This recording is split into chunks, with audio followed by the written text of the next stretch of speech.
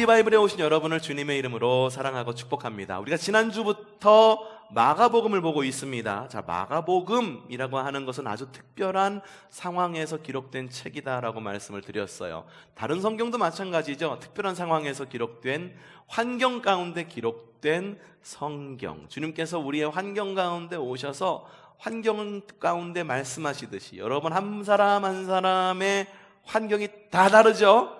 다 똑같은 문제, 똑같은 환경 가운데 사는 거 아닙니다. 그런 환경 가운데 오셔서 주시는 말씀. 특별히 마가복음은 주후 대략 한 70년경쯤에 예루살렘이 로마에 의해서 완전히 폭격받아가지고 쑥대밭이 되었을 때 성도들을, 유대 성도들이 가운데에 이렇게 주님께서 주신 말씀을 이 마가가 기록한 책이 바로 마가복음입니다. 또한 이 시기에 어떤 일이 일어났을까? 네로 황제가, 그보다 조금 이른 시기에 네로 황제가 기독교인을 본격적으로 박해하기 시작했죠. 그래서 누군가에게 책임을 돌리기를 원했고, 네로 황제의 정치적인 어떤 그런 것들이 흔들리니까는 로마의 화제가 일었거든요. 큰 대화제가 일었어요. 이게 누구 책임이냐? 막 책임몰이를 나가는데 자신의 책임을 좀 면하기 위해서라도, 그리고 다 각종 정치적인 이슈를 덮기 위해서 이슈를 덮는다. 이게 정치적인 하나의 방법이다라고 말씀을 드렸죠. 지금도 사용되고 있는 정치적인 방법, 이 방법을 이용해서 그리스도인들을 박해하기 시작했어요. 얘네가 그런 거야. 얘네가 혐오해라. 마음껏 혐오해라. 돌도 던지고 거기가 바로 그런 질병의 근원이야. 막 이런 식으로 몰아간 거죠. 그래가지고 실제로 기독교인들이 박해를 당하고, 그런 시점에서 이 주님께서 과연 이들에게 어떤 말씀을 하셔야 될까 고민이 많으셨을 거예요. 그래서 마가, 네가 겪은 그 고난 가운데 있는 그리스도인들에게 이제 내가 있었던 때, 그때를 한번 좀 잘 이야기해서 전해주렴이라고 이야기를 하면서 기록된 책이, 그런 환경 가운데 기록된 책이 무슨 책이다? 마가복음이다 라고 지난주에 말씀을 드렸어요. 자, 그래서 어떤 내용이 들어가 있는가? 자, 첫 번째로 예수의 순환 이야기를 통해 주는 설교. 여러분 가지고 있는 유인물 보면은 그렇게 적혀 있는 부분이 있죠. 네, 거기에서 특별히 어떤 이야기가 우리에게 조금 더 그 시대의 사람들에게 이야기를 하고 있는가? 마가복음 14장 10절부터 11절까지 가룟 유다의 배반 이야기로부터 예수님의 고난을 이야기하고 있는 것을 볼 수 있어요. 물론 다른 성경들도 가룟 유다 이야기가 들어가고 있어요. 근데 이 마가복음에서 가룟 유다 이야기가 들어간 건 조금 더 특별합니다. 왜? 그 시대가 고난받는 시대였기 때문에. 초기 그리스도인들이라고 해가지고 모든 그리스도인들이 다 훌륭한 믿음을 소유했을까? 초성교회 교인이라고 해서 모두가 다 이런 어려움 능히 이겨낼 수 있는 훌륭한 교인들일까? 다 그렇지만은 않았다라고 하는 거죠. 목숨 보존을 위해서 가룟 유다처럼 이렇게 배반하고 배도하고 이런 사람들도 있었어요. 적지 않았어요. 상당히 많았습니다.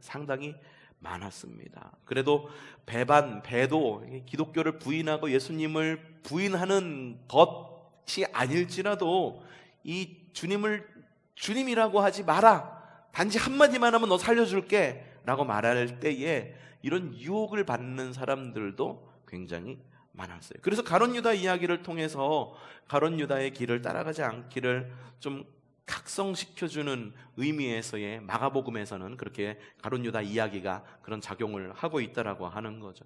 뭐냐 하면 이 가룟 유다 이야기는요, 그러니까 과거에 예수님과 관련되었던 과거 가룟 유다의 이야기가 아니라 실제로 그 시대 주후 70년경을 살고 있었던 그 시대 사람들의 이야기였다라고 하는 거예요. 사실 그 시대 사람들의 이야기일 뿐만 아니라 우리에게 전해주는 이야기이기도 합니다.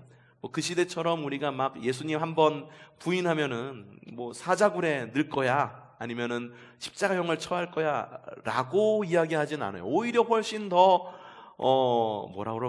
지금 시대는 우리가 선택할 수 있는 선택의 여지가 훨씬 더 많아졌어요. 하지만 지금의 시대는 어쩌면은 그때 시대보다도 훨씬 더 작은 유혹에도 훨씬 더 헷가닥 하고 잘 넘어가는 그런 시대가 아닐까라는 생각이 들기도 합니다. 몇 푼 안 되는 벌이 때문에 혹은 환경 때문에 무슨 이유 때문에 내가 그리스도인이라는 것을 숨기는 것이 훨씬 더 이롭기 때문에, 그래서 내가 그리스도인이라는 것을 숨기고 이렇게 가룟 유다처럼 살아가는 경우도 있지 않을까 좀 생각이 들어요. 그 다음에 나오는 것이 겟세마네 동산 이야기입니다. 마가복음 14장 32절부터 42절까지에 나와 있는데, 이 마가복음에 나와 있는 겟세마네 동산 이야기에 특징이 있습니다. 자, 마가복음 14장 33절 한번 좀 읽어볼까요? 시작!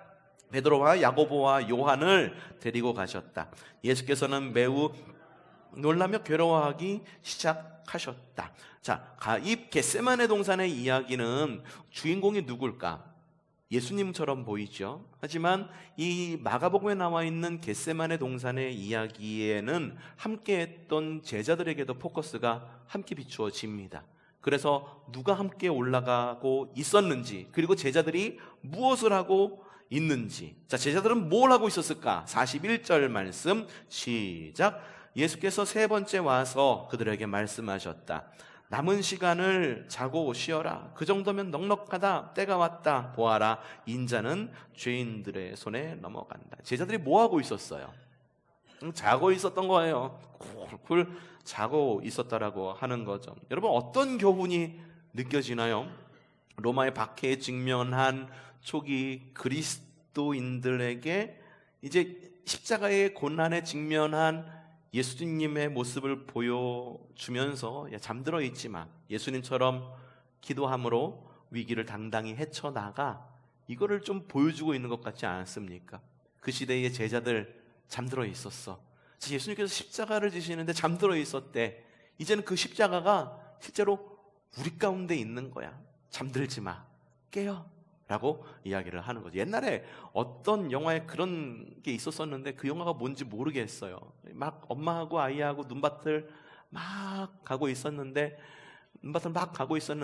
더 이상 갈 데가 쫓겨서 가는 것 같았었는데, 쫓겨서 가다가 엄마가 툭 쓰러져 가지고선 잠이 드니까는 아이가 깨우면서 엄마 잠들지 마, 잠들면 안 돼. 이게 무슨 영화였었죠? 기억이 안 나는데 굉장히 옛날 영화인데, 60년대 70년대 나온 영화인데 그런 영화가 있었어요. 우리 성도님들 성경책만 읽어가지고 영화 같은 거는 안 봐. 넷플릭스 이런 거 안 봐. 그래서 잘 모르실 수도 있는데 그런 영화가 있어서요. 잠들지 마, 깨어 있어. 그겁니다.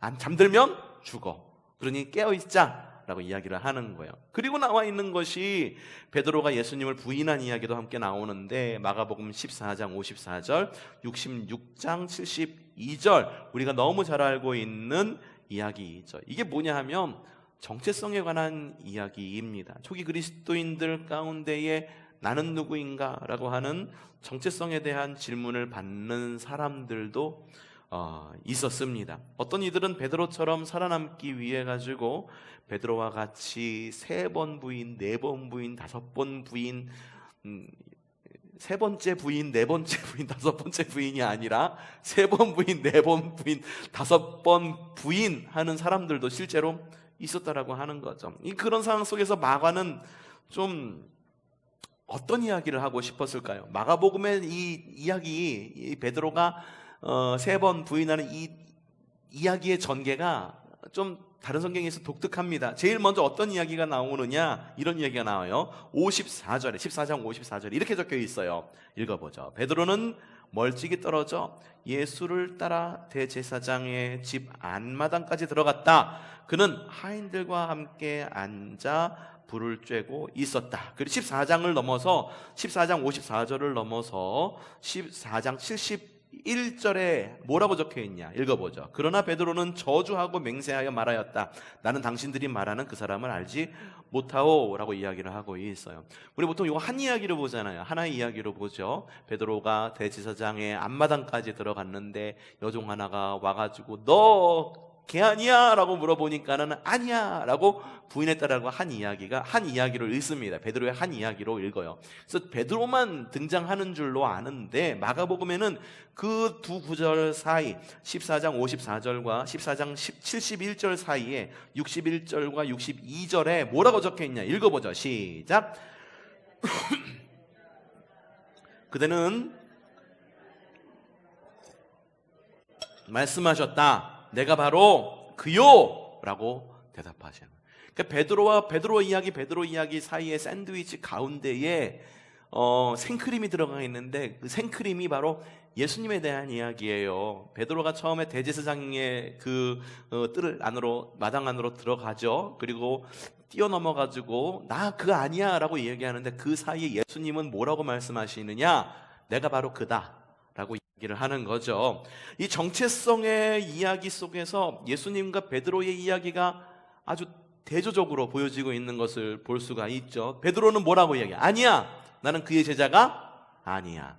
예수님은 뭐라고 이야기합니까? 내가 바로 그다, 내가 바로 그리스도다라고 이야기를 하고 있는 거예요. 그러니까는 그리스도인이라고 하는 정체성에 대해서 재질문을 하고 있는 거죠.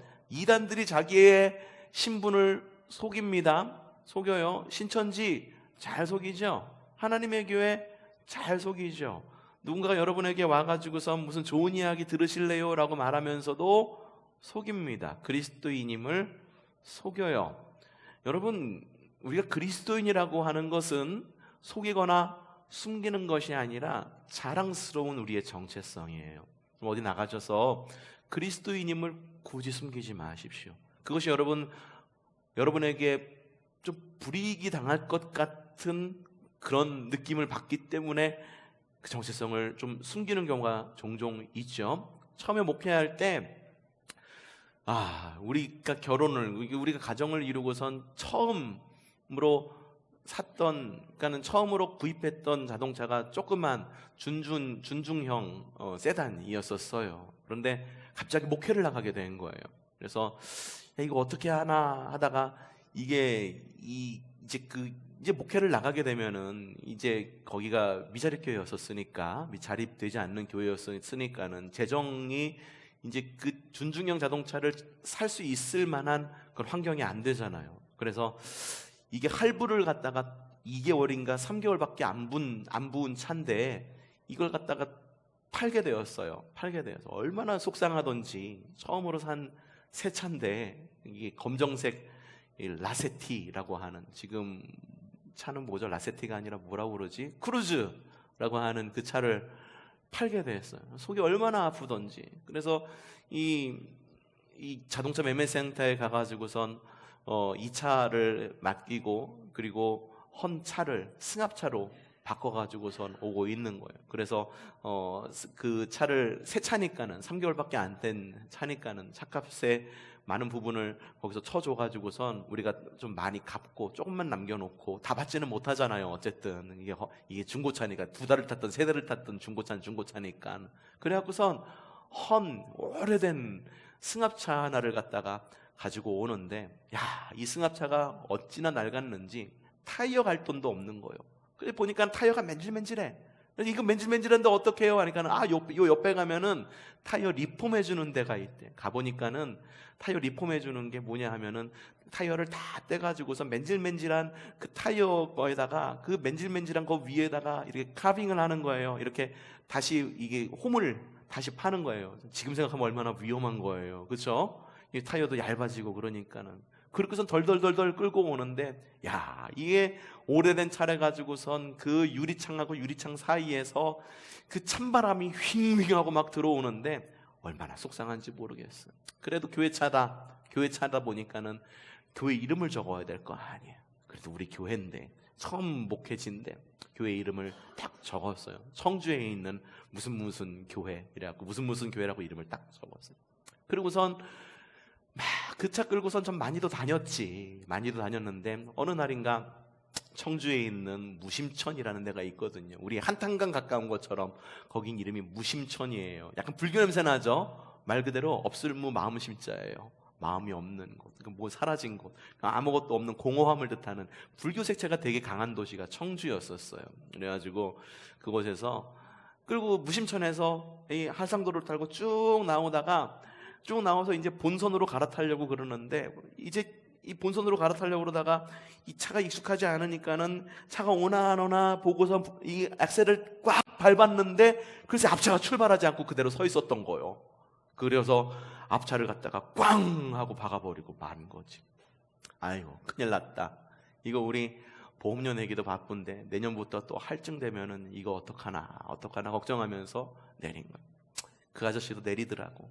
유조차였어. 유조차.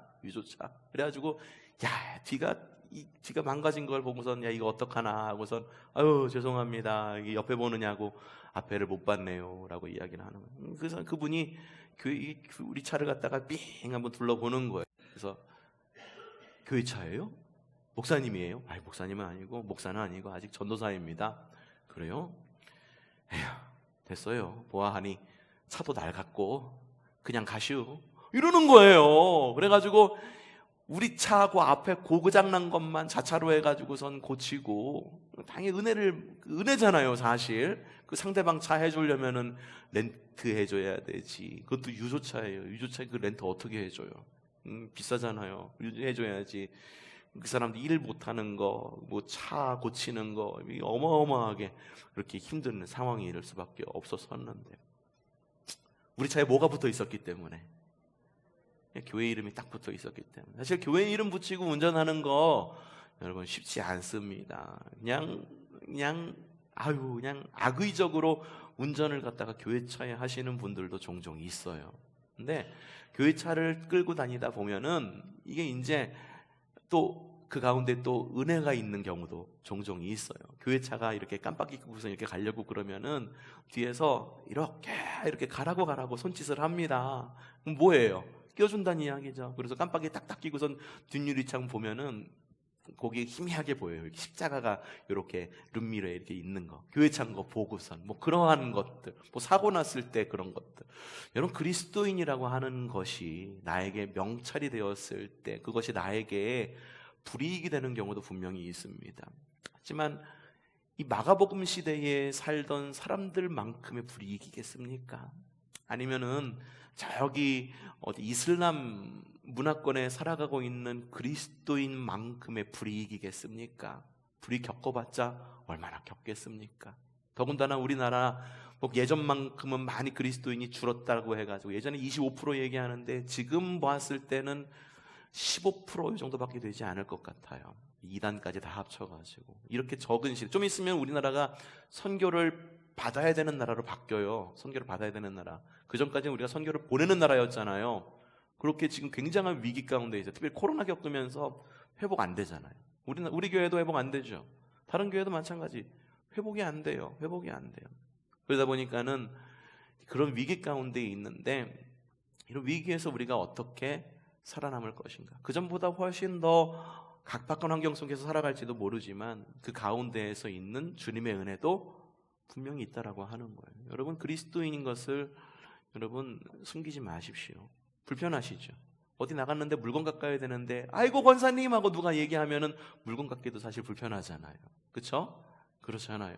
이게 지난번에 우리 또 차 이야기인데 여기 와가지고선 초성교회 와가지고선 이게 우리 승용차를 한 대를 갖게 됐잖아요. 뽑은 지 한 달 만에 이것도 사고가 났네. 사고가 나가지고서 바로 요 앞이야.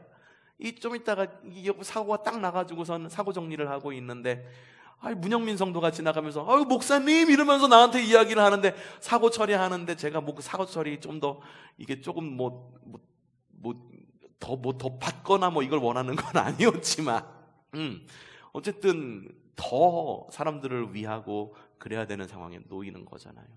그래도 참 다행인 것은 그래도 그 차 지금까지 잘 타고 있고, 그리고 앞으로도 한 5년, 6년은 더 탈 수 있을 것 같아요. 그러니까 얼마나 또 다행입니까? 경각심 또 일컬어지고 깨워지고, 너 그리스도인이잖아! 라고 하는 그 음성이 문영민 성도 통해서 탁 들리더라고요. 그래서 그리스도인을 숨기지 마십시오. 그리스도인을 숨기지 마시고 어디를 나가든 그리스도인답게 행동하시기를 바랍니다. 좀 말이 길었어요. 그 다음에 십자가 사건 이후에 십자가를 대신 지은 젊은 구레네 시몬 이야기가 등장을 하죠. 자, 마가복음에 나타난 고난과 십자가의 의미, 어떤 의미인가? 마가복음 8장 34절 시작. 그리고 예수께서 그들에게 말씀하셨다. 나를 따라오려고 하는 사람은 자기를 부인하고 누구 십자가? 자기 십자가를 지고 나를 따라오너라. 여러분, 마가복음의 환경이 어떤 환경이라고 그랬어요? 실제로 그리스도인들이 십자가형을 당하고 있는 때였었어요. 이 시기에 있는 사람에게 이렇게 얘기하는 거예요. 나를 따라오려고 하는 사람은 자기를 부인하고 누구의 십자가? 자기 십자가를 지고 나를 따라오너라라고 이야기하는 거예요. 야, 이 말이 무슨 말과 같을까? 나를 따라오려거든 뭐 동등 비교는 되진 않을 것 같지만 나를 따라오려거든 코로나의 위험, 어쩌면 네가 져야 될 십자가일 수도 있을지도 몰라. 다른 사람들이 손가락질하는 어떤 그런 언론이 말하는 어떤 그런 한참 그래갖고 얼마나 속이 상했습니까? 그거 내가 감당해야 될 거야. 그리스도인으로서 과거와 현재와 미래를 통틀어서 내가 감당해야 될 바로 그거야. 어쩌면 그 시대에 있었던 그런 어려움, 십자가, 뭐 감염, 뭐 이런 것들을 다 포함해가지고 그거를 지고 따라오라는 거예요. 나 몰라. 이게 아니라고 하는 거죠. 그러니까 주님만 지는 십자가가 아니라 누가 지는 십자가? 너희가 지어야 될 십자가. 내가 지어야 될 십자가. 진짜 십자가를 져야 된다라고 이야기를 하고 있는 거예요. 그런 시기에 이 구레네 사람 시몬의 이야기는 굉장한 신앙의 모델이 되죠. 예수님이 십자가를 지고 가고 있는데 너무 힘들어 보이니까 어떻게? 이 사람이 예수님, 제가 십자가를 지겠습니다.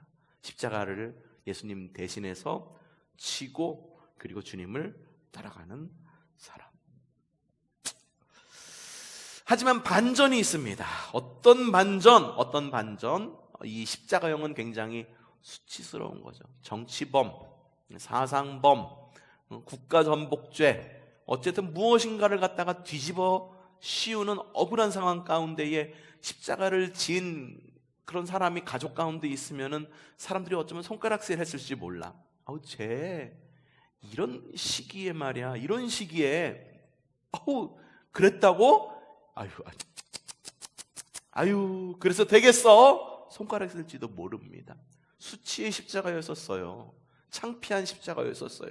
하지만 이 십자가형은 이제 수치스러운 죽음이 아닌 이제 영광스러운 죽음이라고 하는 것으로 역전되는 것을 볼 수가 있는 거죠. 자, 봅시다. 그 다음 예수님의 순환 이야기를 통해 주는 영적 교훈은 무엇일까? 자, 예수님의 순환 이야기는 과거 이야기가 아니고 고난을 겪고 있는 초기 그리스도인들, 과거의 그리스도인들의 현재 이야기입니다. 그리고 지금 우리의 현재 이야기이기도 하다라고 하는 거죠. 예수의 그리고 뒷부분에 나오는 것이, 그리고 앞부분 뒷부분을 통해서 나오는 것이 예수님의 이적을 통해 들려주는 설교 이야기가 나오는데, 왜 예수님의 이적이 마가복음에서 더 이렇게 부각되고 더 이렇게 더 심도 있게 다루어진 걸까?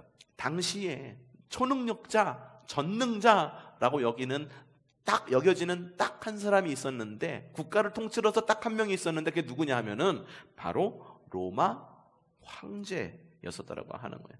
그러니까는 로마의 황제, 그의 통치가 못할 것은 아무것도 없었다라고 하는 거예요. 이런 로마 황제 앞에서 성도들이 무기력해지는 거예요. 야, 로마 황제가 하지 말라고 그러는데 해야 돼? 말아야 돼? 로마 황제가 금지령을 내렸는데 이걸 갖다가 해야 돼? 말아야 돼?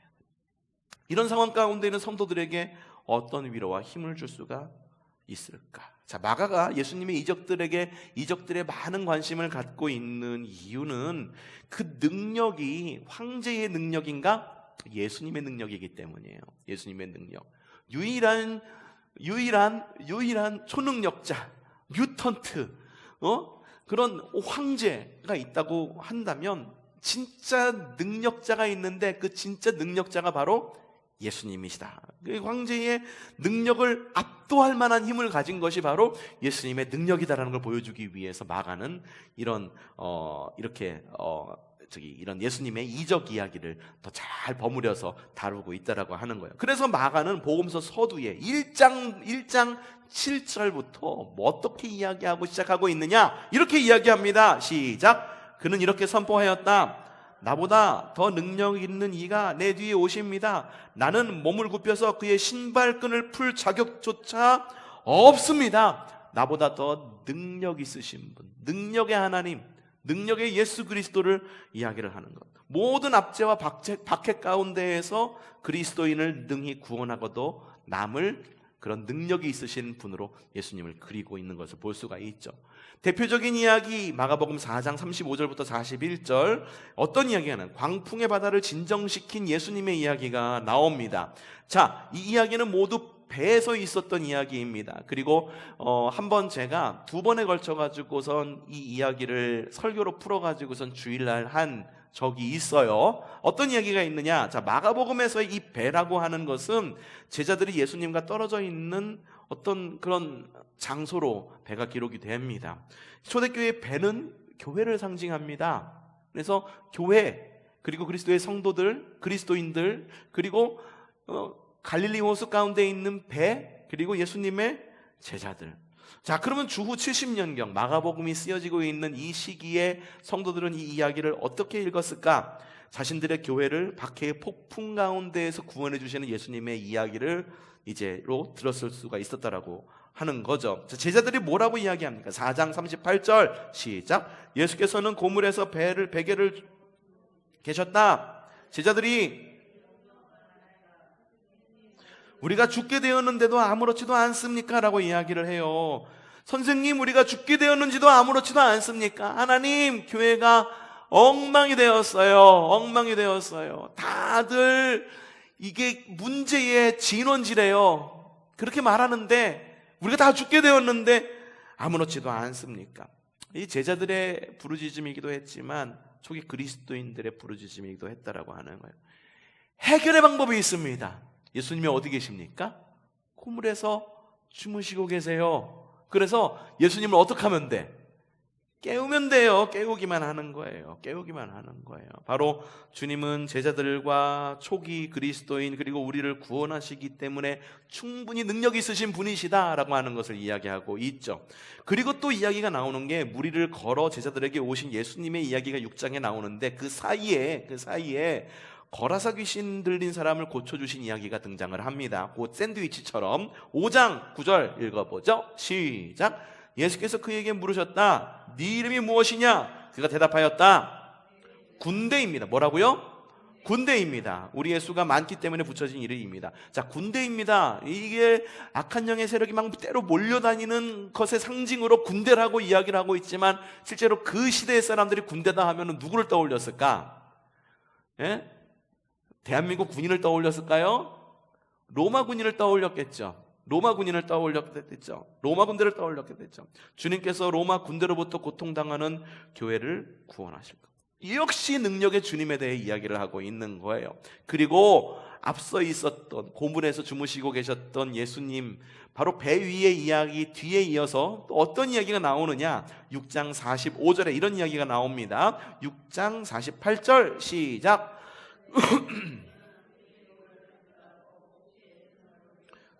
바람이 거슬러서 불어왔기 때문이다. 이 순풍이 아니에요. 역풍이죠. 역풍이 불어왔어요. 역풍이 붑니다. 고난의 바람이 붑니다. 제자들이 배를 지키기 위해서 엄청 노력을 합니다. 앞서서 배는 그 당시 성도들이 뭐라고 생각했다고요? 교회를 지키려고 엄청나게 노력을 합니다. 뭐 재정이 어려워요. 환경이 어려워요. 관계가 어려워요. 몇몇 성도들, 기도하는 성도들이 모여서 우리 이래서는 안 된다, 기도해야 된다, 이래서는 안 된다, 우리가 힘을 모아야 된다, 교회를 지키려고 애를 씁니다. 하지만 그들 가운데에 주님이 계셔 안 계셔? 주님은 이미 부활 승천하셔가지고 그들과 계시지 않는 것처럼 보여. 그렇기 때문에 없는 주님에 대해서 이야기할 때에 이 주님은 어떤 주님으로 그려지느냐? 주님을 부르니 주님께서 배에 오르시니 어떻게 됐다? 바람이 멈추었다. 바람아 멈추어 다오. 난 몰라가 아니라 난 알아. 주님이 우리의 구원 되신다라는 것을 안다라고 하는 거죠. 이 두 개의 이야기가 있어요. 첫 번째 배의 이야기에는 예수님이 고물 안에 계셨었어요. 제자들이 예수님을 흔들어 깨워서 도움을 구하죠.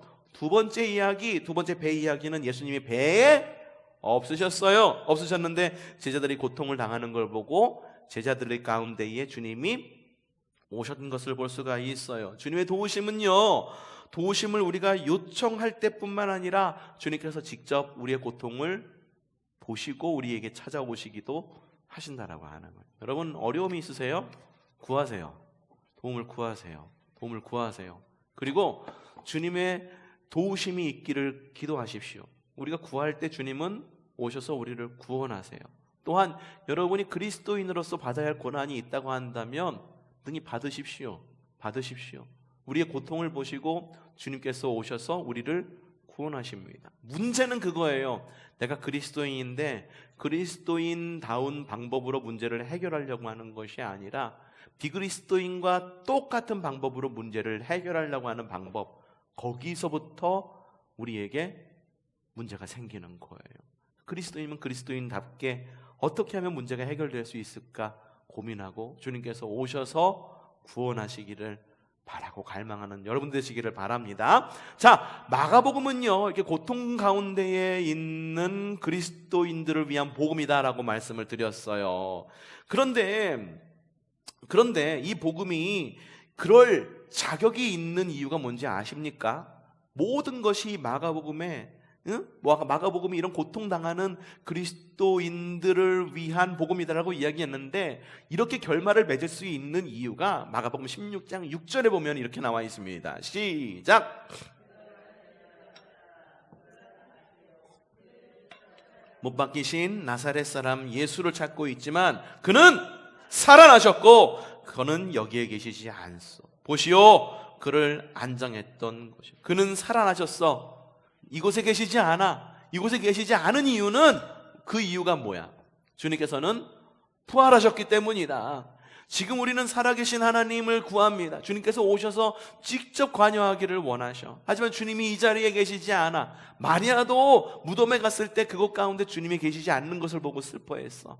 하지만 마가복음에서 마가는 이렇게 이야기하고 있는 거야. 주님이 안 계신 거를 슬퍼하니? 야, 안 계신 이유가 우리의 고통을 넉넉고 그냥 바라보고만 있기 때문이 아니라 주님께서 부활하셨기 때문에 우리 가운데에 주님이 계시지 않는 거잖아. 그러니 어떻게 하자?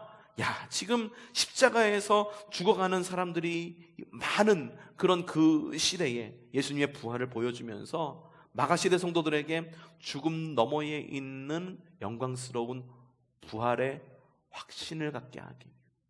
이 부활이 있기 때문에 마가복음이 고난의 성경, 고난의 복음서라고 이야기를 해도 성도들 가운데에 어려움만 보여주고 끝나는 것이 아니라 바로 그 가운데 부활이 있기 때문에 성도들에게 위로를 줄 수가 있는 거예요. 지금의 우리에게 주는 말씀이 있어요. 지금은 끝인가? 마치 사람들이 지금을 마지막처럼 살아가는 사람들도 종종 있어요. 근데 여러분, 마지막처럼 살아가시는 게 옳긴 합니다. 마지막 때 내일을 주님께서 오신다라는 생각을 갖고 오늘을 열심히 사셔야 돼요. 오늘 열심히 사셔야 돼요. 이 말은 곧 뭐냐? 오늘이 곧 끝은 아니다. 우리의 일상은 주님께서 다시 오실 때까지 계속 될 것이다. 그러니 두려워하지 말아라. 일상이 계속될 건데 언제까지 그 두려움 안고 계속해서 그렇게 살아갈 거냐? 주눅들지 말고 담대하게 하나님 나라 살아가렴. 이게 마가복음이 우리에게 주는 위로의 말씀이라고 하는 거예요. 여러분 가운데 어려움이 있으신 분들 분명히 있을 겁니다. 하지만 그 어려움에 묶여가지고 지난주 설교처럼 경첩처럼 그냥 그 어려움 가운데 묶여가지고 환경 가운데에 휘둘려가지고선 맨날 거기만 왔다 갔다 삐그덕 왔다 갔다만 하는 삶을 살 거냐는 거예요. 하나님 나라가 우리 가운데에 이미 왔고 완성될 하나님의 나라에 대한 희망이 우리에게 있으니 경첩처럼 게으르게 살아가지 말고 좀 우리가 하루하루를 살아갈 때에 뭔가 어제보다는 오늘이 좀 나아지는 삶, 뭔가 조금 나아지는 삶, 나는야 뭐가 된다고? 케찹 될 거야. 나는 야 주스 될 거야. 야, 이게 얼마나 큰 이게 변화입니까? 비록 우리가 지금 이 땅 가운데 변화되는 게 화학적 변화는 아닐지도 몰라요. 케찹되고 이게 토마토가 케찹되고 토마토가 주스 되는 게 완전한 어떤 화학적인 변화는 아니죠. 화학적 변화는 우리가 이 땅 가운데 살아갈 때에 완전한 화학적 변화는 일어나진 않을 거예요. 하지만 우리가 주님께서 다시 오실 때에 부활할 그 몸은 완전히 화학적 변화, 지금과는 완전히 다른 모습으로 변화된 그런 모습으로 부활할 것이니 지금에서 가만히 있을 거냐? 아니다. 지금이라도 어제보다 조금 나은 오늘을 위해서, 성장과 성숙을 위해서 어려움을 극복하고, 어려움 쥐고 있으면 뭔가 조금 나아집니까? 삶이 좀 펴집니까? 극복하려고 좀 노력하고 마음이라도 벗어나려고 노력을 하고 그래야지. 거기 쥐어 있으면은요, 아유, 그건 우리의 삶이 피폐해집니다. 피폐해져요. 살아있는 우리, 그리고 어려움을 극복하는 우리, 마가복음을 통해 가지고 예수 그리스도의 능력 안에서 승리하는 저와 여러분이 되기를 주님의 이름으로 축복합니다.